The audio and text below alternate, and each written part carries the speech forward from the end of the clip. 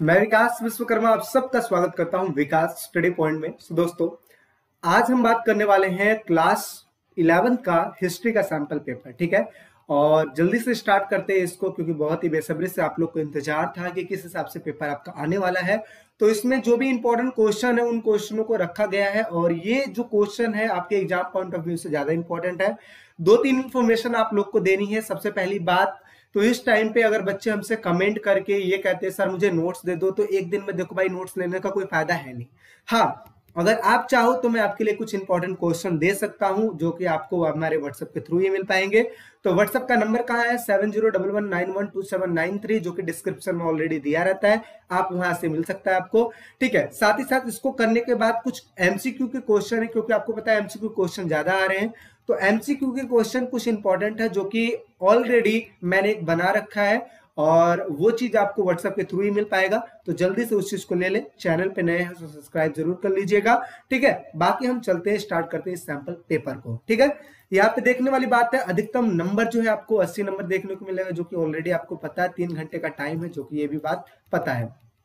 जिन बच्चों ने political science का सैंपल पेपर किया होगा उनको ये बात पता होगी कि सैंपल पेपर क्यों इंपॉर्टेंट है। ठीक है, और एक आइडिया मिल जाएगा, जरूरी है कोई इसमें से पूछा जाएगा, एक आइडिया मिल जाएगा, और काफी हद तक के क्वेश्चन आपको देखने को मिलते हैं। हाँ, इस बार का पॉलिटिकल साइंस का जो 11th क्लास का जो सैंपल वो आया था, आपका पेपर आया था, वो वैल्यू बेस्ड वाले क्वेश्चन आ गए थे। यानी कि आप इजी क्वेश्चन पूछे गए थे, लेकिन अपने आप से करके लिखने थे, और उसमें आपको नंबर मिलेगा। जो भी बच्चा जैसा भी लिख के आया है, टीचर आपको नंबर जरूर देंगे। ये मत सोचना कि सर थोड़ा क्वेश्चन घुमावदार था तो हमने ये लिख दिया इसलिए नंबर कम मिल जाएंगे। नहीं, ट्रिकी क्वेश्चन थे और कर सकते थे, अब सारे आप लोगों ने किया भी है। तो अब देखिए, पहला क्वेश्चन है, लिखा है कि मेसोपोटामिया की सभ्यता किस नदी के किनारे विकसित हुई थी। तो ये सबको बात पता है, दजला और फरात। और मेसोपोटामिया का अर्थ क्या होता है ये भी आप याद कर लीजिएगा। ठीक है, साथ ही साथ दूसरा में बात करते हैं, दिनारियस का क्या अर्थ है। तो दिनारियस जो था एक सिक्का था, जो चांदी का सिक्का था। ठीक है, इसी को दिनारियस कहा जाता था। साथ ही साथ मैं देखो आंसर भी लिखा हूं, ताकि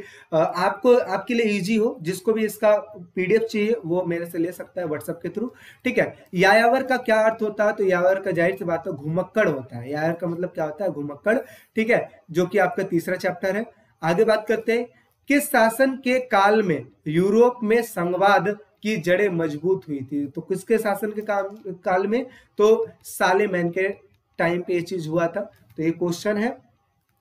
ठीक है, तो ये हो गया। आपका नेक्स्ट बात करते हैं, मेसोपोटामिया सभ्यता के लोगों की लिपि क्या थी। तो आप सबको पता है मेसोपोटामिया में जो लिपि थी वो किलाकार लिपि थी। किलाकार लिपि कौन सी लिपि थी? सबसे पहले उन्होंने चित्रात्मक लिपि का यूज किया था, लेकिन उसके बाद इन्होंने किलाकार लिपि का यूज किया था। किलाकार लिपि में क्या था? जो मिट्टी की पट्टिकाएं हुआ करती थी, उस पे बांस से या फिर नुकीले लकड़ियों से लिखा जाता था। ठीक है, इस तरीके से पट्टिकाएं हैं, जो कि नोट्स में आपको ऑलरेडी मैंने जब पढ़ाया था तो बता ही रखा है। विकास स्टडी पॉइंट का ऐप डाउनलोड नहीं किए हो तो वहां से डाउनलोड कर लो, वहां पे आपको मिल जाएगी चीजें। मेसोपोटामिया शब्द का क्या अर्थ है, जो कि मैंने आपको ऊपर ही बताया था। तो मेसोपोटामिया दो शब्दों से मिलकर बना है, मेसोस यानी जिसका अर्थ होता है मध्य, तथा पोटामोस जिसका अर्थ होता है नदी।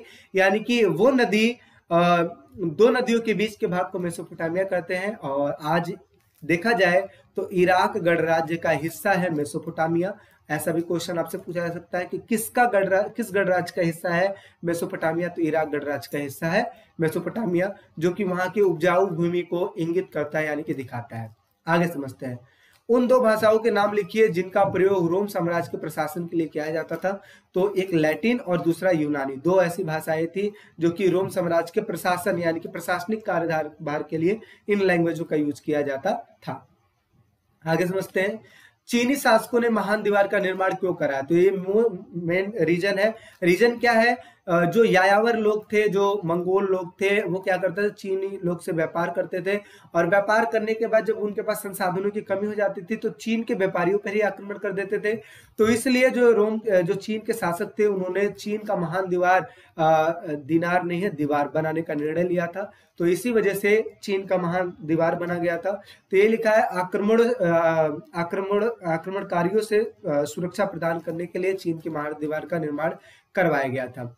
इसके अलावा बात करते हैं, फ्रायर किन्हें कहा जाता है।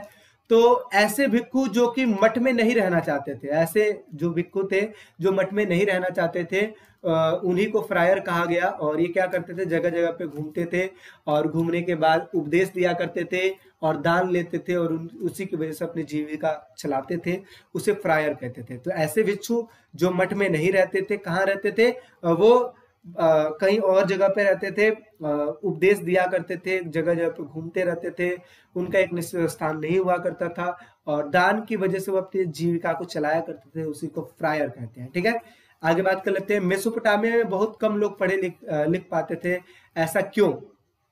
तो अगर रीजन की अगर मैं बात करूं तो वहां पे जैसे आपको पता है कि हमारे हिंदी में एक वर्डों की लिमिटेशन होती है, 49 वर्ड है ना, और अगर इंग्लिश में बात करें तो उसमें होती है 26 वर्ड। तो ऐसी चीजें मेसोपोटामिया में भी थी, लेकिन मेसोपोटामिया में जो प्रतीकों की संख्या थी वो सैकड़ों में थी, तो ज्यादा लोग पढ़ पाते नहीं थे। आपको बताओ 26 वर्ड का जो अक्षर है, जब आप छोटे थे तो इसको याद करने में कितना टाइम लग गया था ना।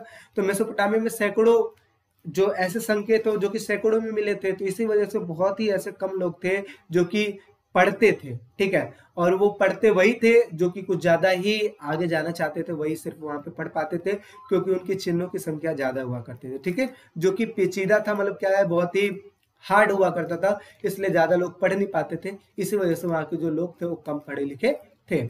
आगे समझते हैं रोमन साम्राज्य के संदर्भ में प्रिंसिपेट्स का क्या अभिप्राय है। तो प्रिंसिपेट किसको कहते हैं? आगस्टस के राज्य को, जहां जहां तक उसका राज्य फैला हुआ था, ठीक है, उसी को प्रिंसिपेट कहा जाता था, जो कि 27 ईसा पूर्व में वो रोमन साम्राज्य पे राज्य करने आया था। और उससे पहले रोमन साम्राज्य में कौन सी व्यवस्था चल रही थी? तो गणतंत्र चल रही थी, ये बात आपको पता होनी चाहिए। ठीक है, अभी कमेंट सेक्शन में जल्दी से कमेंट करके बताओ कि रोमन साम्राज्य कौन से 3 महाद्वीपों में फैला हुआ था, जल्दी से बताइए, ताकि मुझे भी लगे कि आप पढ़े हो। ठीक है, आगे समझते हैं। मेसोपोटामिया सभ्यता में शहरी जीवन की विशेषता थी, किस चीज की? श्रम विभाजन की। ठीक है, तो श्रम विभाजन शहरी जीवन की विशेषता थी, क्योंकि आपको मैंने बताया था कि जो शहरों में रहने वाले लोग थे वहां पे कामों को डिवाइड कर दिया गया था। कुछ लोग का काम अलग होता है, कुछ लोग का काम अलग होता है। जैसे फॉर एग्जाम्पल के लिए बात करो, अगर एक मकान बनाना है तो उस मकान बनाने में आपको पता है मिस्त्री अलग काम करता है, ठीक है, इसके अलावा प्लम्बर का काम अलग होता है, पेंटिंग का काम अलग होता है, इलेक्ट्रिक वाला अलग होता है। तो सबके काम अलग अलग है ना। जो इलेक्ट्रिक वाला वो इलेक्ट्रिक का काम करेगा, जो मिस्त्री हो सिर्फ मिस्त्री वाला ही काम करेगा, जो पेंटर हो पेंटिंग का काम करेगा। तो इसी को कहते हैं श्रम विभाजन। ठीक है ना, तो ये चीज है। आगे समझते 13वें समझते तरल पदार्थों की जो ढुलाई होती थी वो जिन कंटेनरों में की जाती थी उसका क्या नाम था? तो एम्फोरा नाम हुआ करता था, इसी को ड्रेसल 20 भी कहा जाता है। ठीक है, चंगेज खान का प्रारंभिक नाम क्या था? तेमुजिन था। क्या नाम था? तेमुजिन नाम था। तो ये भी आपको याद करके रखो, इस तरीके के क्वेश्चन आपसे पूछे जाएंगे। आगे समझते हैं लॉर्ड द्वारा नाइट को दिया जाने वाला जो भूमि का टुकड़ा है वो क्या कहलाता था? वो फीप कहलाता था, जो कि मोस्ट इंपॉर्टेंट है, ऐसे क्वेश्चन कई बार पूछे गए हैं। ठीक है, आगे समझते हैं मारीनगर का विशाल राजमहल वहां के का निवास स्थान था। किसका निवास स्थान था? तो शाही परिवार का। वहां पे राजा महाराजा के परिवार रहा करते थे, तो ऐसे उनके निवास स्थान थे। यहाँ पे एमसीक्यू के ये जो पैसेज वाइज क्वेश्चन देखने को मिलेंगे खंड ख में। तो देखिए यहाँ पे समझने वाली बात है कि आपसे ऐसे पैसेज दे दिया जाएगा और नीचे आपसे क्वेश्चन पूछ लिया जाएगा। ठीक है, तो इसको समझ लेते हैं थोड़ा सा। तो क्या लिखा है, एक मैं पैसेज समझा देता हूँ, बाकी पैसेज आपको खुद ही करना है। जब आप खुद प्रैक्टिस करोगे तो ज्यादा इजी रहेगा, क्योंकि इसमें ऐसे क्वेश्चन पूछे गए जो कि आपको इसमें देखने से मिल जाएगा। ठीक है, तो देखिए क्वेश्चन ये है कि स्त्री का यह शीर्ष कितने वर्ष पुराना है। ये बात ये है कि यहाँ पे एक इमेज आपने देखा होगा अपने बुक में, एक लेडी होती है, उसका नाम था वारका शीर्ष। ठीक है, पैसेज का पूरा नाम है वारका शीर्ष। तो एक लेडी होती है जिसका यहाँ पे सिर बनाया गया होता है, तो उस जो लेडी है उसका जो सिर है वो कितना वर्ष पुराना है। तो देखिए यहाँ पे लिखा है 3000 ईसा पूर्व में उरुक में स्त्री का यह शीर्ष एक सफेद संगमरमर को तराश कर बनाया गया था।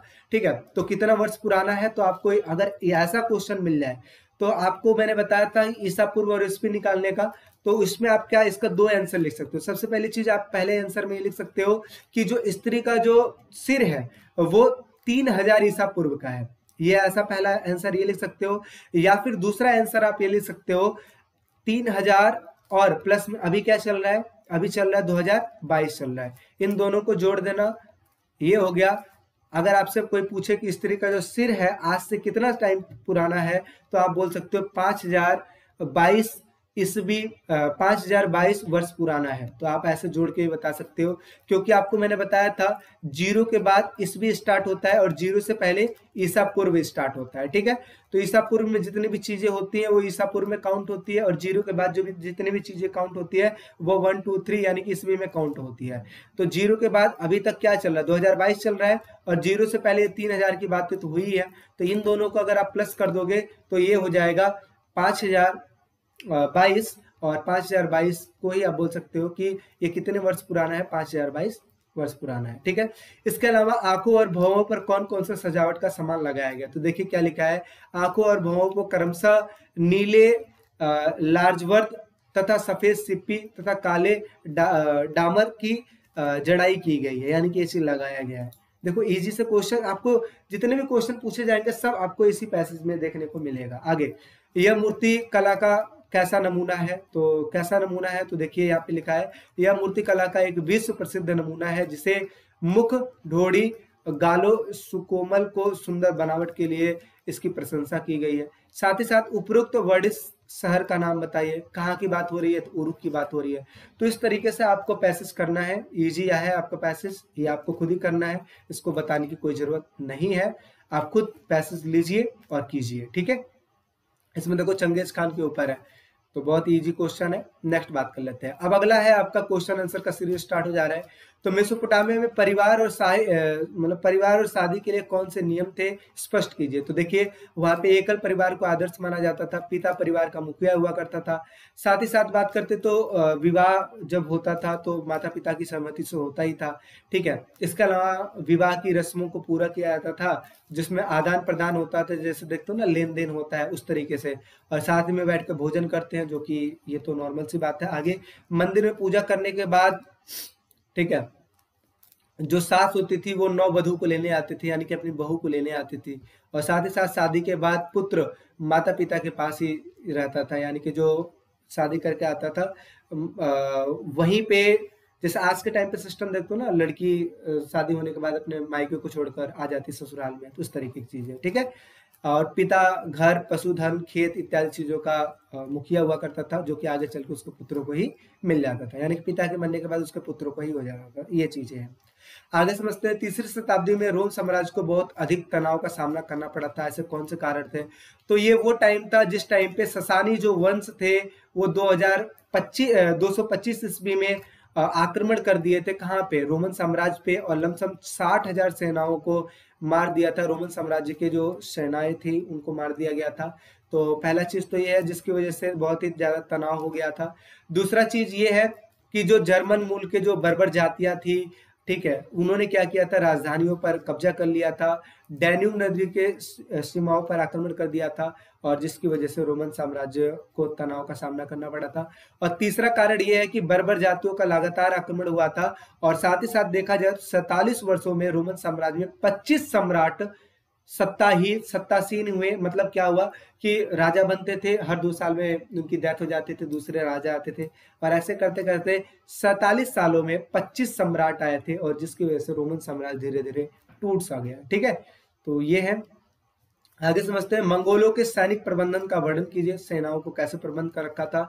तो मंगोल में अगर मैं बात करूं तो सेना स्वस्थ हुआ करती थी, वयस्क यानी कि एडल्ट हुआ करती थी। ठीक है, जैसे आप देखते हो ना, वयस्क को ही आर्मी में लेते हैं, इसलिए क्योंकि वयस्क जितनी तेजी से लड़ सकते हैं उतना और भी एज वाले नहीं लड़ सकते। इसके साथ साथ हथियार बंद यानी कि इनके पास हथियार हुआ करते थे। साथ ही साथ सभी जातियों को इसमें मौका दिया गया था कि सब सेनाओं में आ सकते हो। साथ ही साथ तुर्की के लोग आए थे, केराइट के लोग भी शामिल थे सेनाओं में।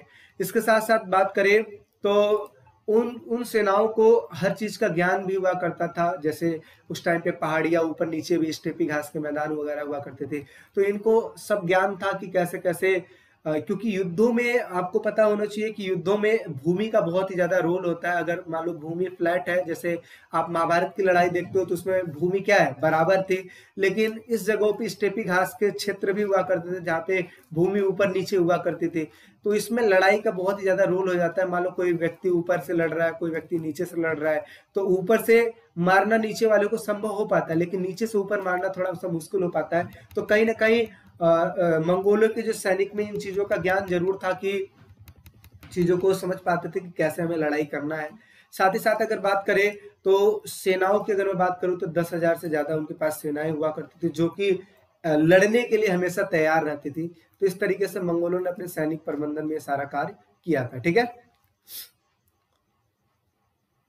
आगे समझते हैं सामंतवाद के अंतर्गत यूरोप में किसानों की क्या स्थिति थी। तो यहाँ पे एक स्वतंत्र किसान हुआ करते थे, दूसरा कृषि दास हुआ करते थे। स्वतंत्र किसान वो किसान जो कि खुद की जमीनों पर काम करते थे, और कृषि दास वो होते थे जो कि दूसरे की जमीनों पर काम किया करते थे। तो कृषि दास उसको बोलते हैं जो खेती दूसरे के खेतों में करते थे, और स्वतंत्र किसान वो जो खुद के खेतों पे काम किया करते थे। तो देखिए लिखा है, स्वतंत्र किसान भूमि को लाड के काश्तकारों के रूप में देखते थे।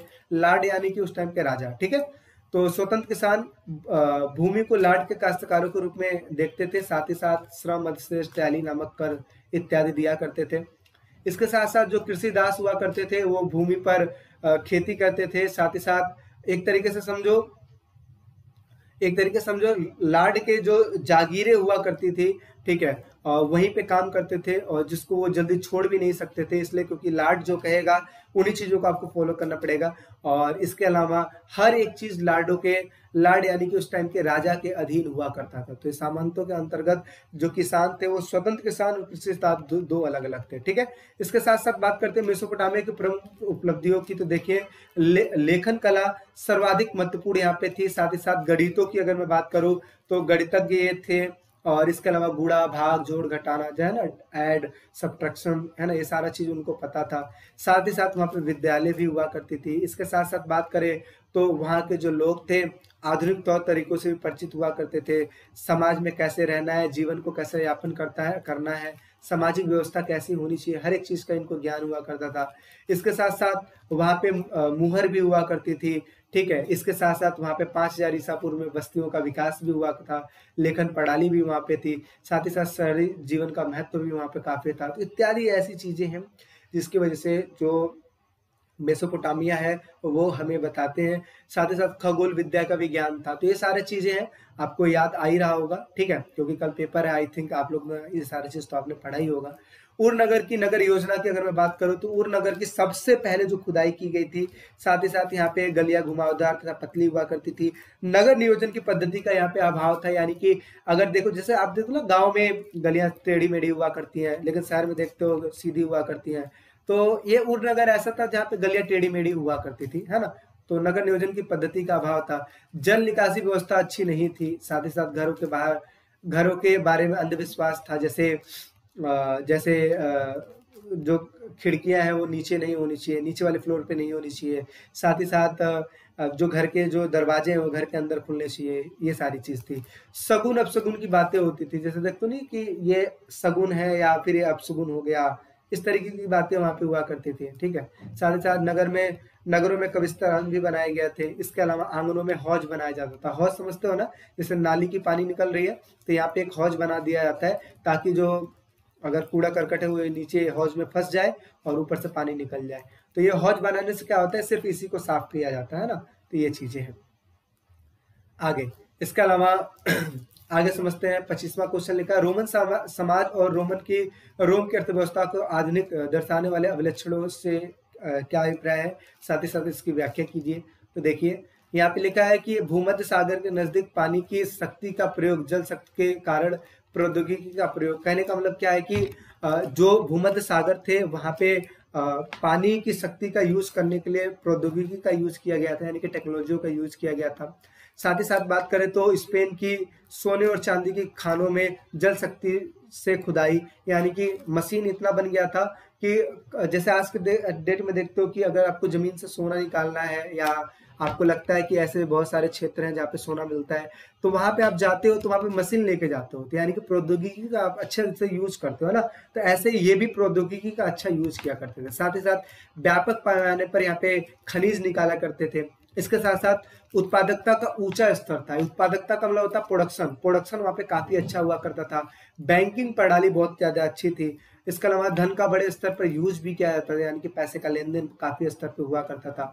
इसके अलावा अगर मैं बात करूँ तो नगरों में उद्योगों का औद्योगिक बड़ी बड़ी मशीनें लगाई गई थी, जो कि व्यापारिक केंद्रों में से एक था। यहाँ से व्यापार भी अच्छा खासा हुआ करता था। ठीक है। और यहाँ पे अगर वाणिज्य व्यवस्था बात करें तो काफी अच्छी वाणिज्य व्यवस्था थी, जहाँ पे व्यापार बहुत अच्छा खासा हुआ करता था। अन्य अन्य जगहों से लेन देन भी हुआ करता था। साथ ही साथ बेहतर परिवहन क्षमता यहाँ पे थी, यानी कि परिवहन यानी कि यातायात के साधन बहुत ही अच्छे हुआ करते थे। तो ऐसे क्वेश्चन आपसे पूछे जा सकते हैं। ठीक है, आगे समझते हैं अथवा वाले क्वेश्चन में। ये क्वेश्चन मोस्ट इंपॉर्टेंट है, ये आपके याद होनी चाहिए कि चंगेज खान की सैनिक उपलब्धियों का वर्णन कीजिए और उसकी सफलता के क्या कारण है। तो देखिए, सैनिक उपलब्धियां विस्मय कर देने वाली स्टेपी क्षेत्र की युद्ध शैली को सुधार और आवश्यकता अनुसार परिवर्तित किया। यानी कहने का मतलब क्या है कि अगर मैं बात करूं चंगेज खान की, तो चंगेज खान ने अपनी सेनाओं में बहुत सारे लोगों को वो किया था। जैसे ऐसे लोग जो तीर चला सकते थे उनके लिए अलग से अरेंजमेंट किया था। दूसरा, ऐसे लोग जो कि बमबारी कर सकते थे, ठीक है, बमबारी कर सकते थे, बारूद बना सकते उनके लिए अलग। ऐसे बंदे जो भाला चला सकते थे उनके अलग। ऐसे बंदे जो घोड़े पे बैठ के मतलब वो करते थे, लड़ाई करते थे, उनके लिए अलग। ऐसे लोग जो हाथियों पर बैठ के लड़ाई करते थे उनके लिए अलग। यानी कि अलग अलग तरीके से चंगेज खान ने अपने सेनाओं को बना रखा था, जिसकी वजह से अगर लड़ाई होती है तो चंगेज खान हमेशा जीतता था। ठीक है, यही सफलता किसके कारण था। तो आगे समझते हैं। यहाँ पे देखिए, कुशल घुड़सवारी सेना भी थी, यानी कि मैंने बताया ना घोड़े पर बैठ के आक्रमण करते थे, तो ये चीजें। साथ ही साथ तीर अंदाजी कौशल भी अच्छी थी, तीर चलाना भी जानते थे इनके सेना के लोग। इसके अलावा अगर बात करें तो तेज गति से आक्रमण भी कर सकते थे। इसके अलावा मौसम की जानकारी भी हुआ करती थी। घेराबंदी यंत्र, जिसको आप समझते हो चक्रव्यूह रचना, इनके सेना चक्रव्यूह रचना भी जानते थे। नेप्ता बमबारी भी जानते थे, यानी कि बमबारी करते थे। ठीक है, और इसके अलावा उपकरणों का प्रयोग भी करना जानते थे। इसके अलावा अगर मैं बात करूं तो अनुशासन सबसे ज्यादा था, यानी कि चंगेज खान की सेनाओं में अनुशासन जैसी चीजें बहुत ज्यादा हुआ करती थी। और नेतृत्व तो चंगेज खान का काफी अच्छा हुआ करता था, जिसकी वजह से वो अच्छा आक्रमण कर पाता था। ठीक है, और हरकारा पद्धति ऐसी पद्धति जिसमें सूचनाओं का आदान प्रदान बहुत अच्छी तरीके से होता था, जिसकी वजह से सेनाओं को पल पल की जानकारी होती थी कि उसका जो लीडर है वो क्या कहना चाहता है, क्या करवाना चाहता है। ठीक है, अब ऐसे क्वेश्चनों को आप सॉल्व करो ना, तो अपने दिमाग में कुछ इमेजेस बना लो। जैसे बाहुबली की फिल्म आप देखो तो उसमें भी लड़ाई हुई थी।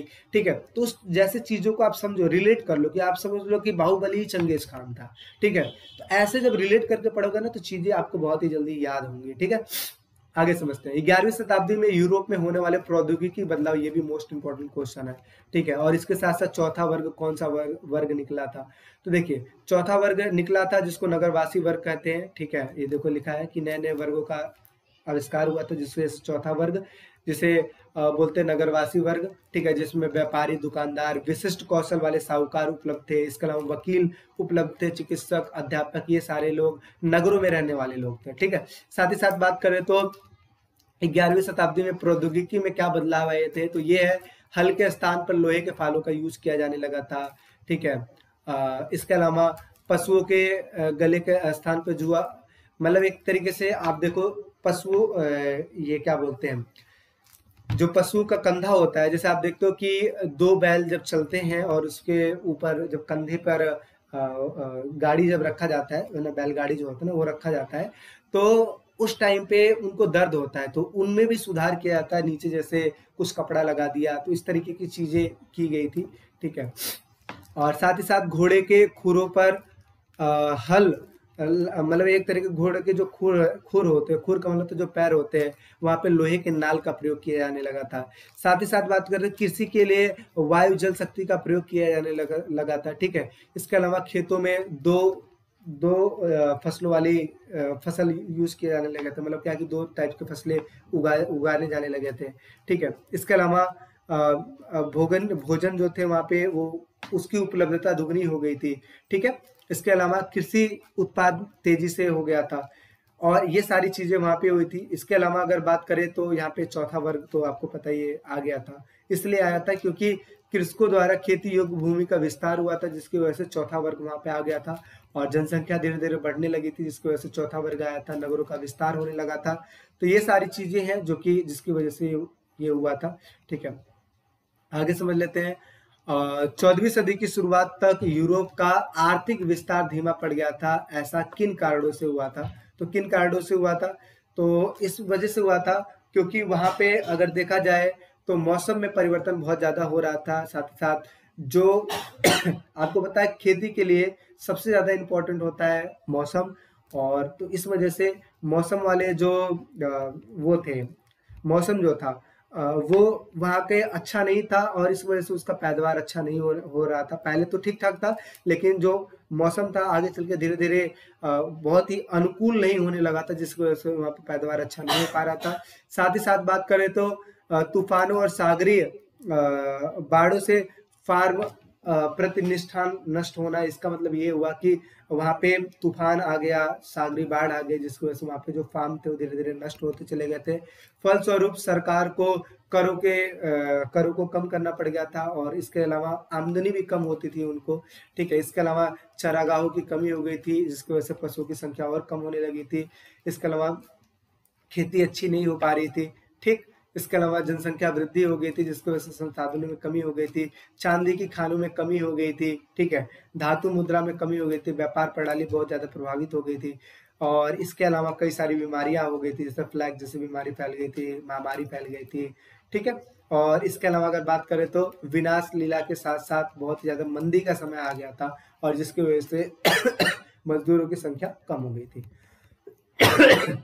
तो ये सारी ऐसी चीजें हैं जिसकी वजह से रोमन साम्राज्य में यूरोप में ये सारी चीजें हुई थी 14वीं शताब्दी में। और इसके साथ साथ अगर मैं बात करूं तो अब इसके बाद पैसेज के क्वेश्चन स्टार्ट हो जाते हैं। तो पैसेज आपको ऑलरेडी आप तो कर ही लोगे, क्योंकि जैसे मैंने ऊपर बताया करने के लिए, वैसे नीचे भी है। 2 टाइप्स के पैसेज है, दोनों कर लेना। अब हम यहाँ पे एक बात और करेंगे जिसको बोलते हैं मानचित्र वाले क्वेश्चन। तो मानचित्र वाले क्वेश्चन में कुछ ऐसे क्वेश्चन 5 जगहों के नाम दे देंगे और कहेंगे आपको इसमें भरना है। तो 5 जगह जो इम्पोर्टेंट अभी इसमें है वो चीज तो मैंने आपको बता दिया। इसके साथ साथ देखिए मैप में क्या होता है कि 11वीं क्लास में कुछ श्योरिटी नहीं होती कि मैप में क्या वो दे दें, कभी भी कुछ भी उठा के दे देते हैं। ठीक है, तो इस वजह से मैप अगर हो सके तो सपोर्ट मटेरियल से करना, और आप मेरे व्हाट्सएप से ले लीजिए, वहां से आप पढ़ लीजिएगा। ठीक है, तो कुछ जगहों के नाम मैंने यहाँ पे वो कर रखा है, जैसे आप देख सकते हो। इसको होते हीरात, ठीक है, इसके अलावा मर्व ये है, ताशकंद ये है, तुर्फान ये है, ठीक है, कराकोरम ये है। ठीक है, तो इस तरीके से मैप के क्वेश्चन पूछे जा सकते हैं, जिसको आप कर लीजिएगा।